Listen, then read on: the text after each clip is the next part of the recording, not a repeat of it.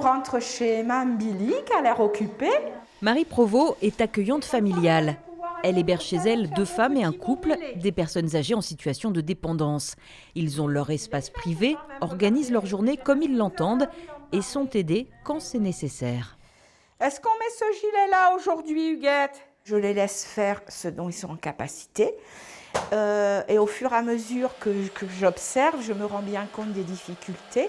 Et après, mon travail tous les jours, c'est de venir pallier à ces petites difficultés. Maintenant, il ne faut rien leur enlever, en fin de compte, à ce qu'eux sont capables de faire. Huguette et son mari Jacques, 94 et 98 ans, résident ici depuis février.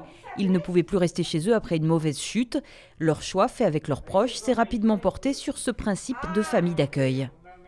On n'est pas accueillis ici comme un malade. On est accueillis ici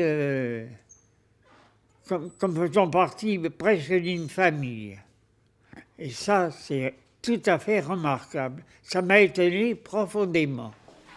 Comme en EHPAD, l'hébergement, les repas et l'aide fournie sont payants. Le statut de famille d'accueil pour personnes âgées ou handicapées est réglementé. Un contrat est établi avec les résidents. 216 accueillants familiaux sont recensés en Dordogne. Bonjour monsieur. Un chiffre en baisse, déplore le président de l'association des familles d'accueil de Dordogne. Il faudrait déjà que le métier soit connu, soit reconnu, qu'on ait droit, entre autres, au chômage, chose à laquelle nous n'avons pas droit, et que les rémunérations soient un petit peu plus intéressantes pour attirer les jeunes. Une meilleure visibilité et une meilleure rémunération, c'est ce qu'espèrent les aidants, d'autant qu'après l'épidémie de Covid et le scandale des EHPAD, la question de la prise en charge des personnes âgées est devenue une préoccupation nationale.